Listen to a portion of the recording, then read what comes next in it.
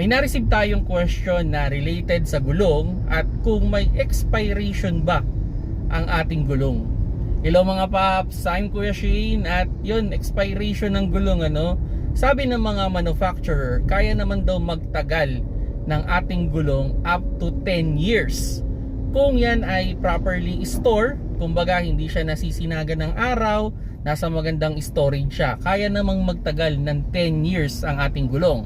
Pero sabi ng mga tire dealer ng mga nagsisetup ng gulong is hanggang 5 years lang daw ang ating gulong. Ito naman ay pag na-install na sa ating sasakyan. Kasi syempre exposed na yan sa init, sa araw, sa tubig.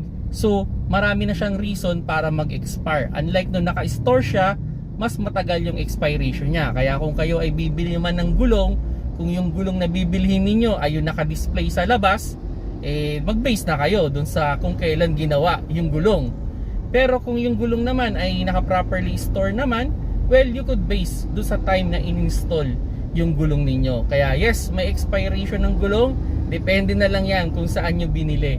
Kung properly store, pwede kayong mag-base dun sa time na in-install. Pero kung yung gulong na binili nyo ay yung naka-display lang naman sa labas at isi-set up sa gulong ninyo, siguro mag-base na lang kayo dun sa time na ginawa yung gulong. Kung nagustuhan nyo yung video, pakilike na lang mga paps.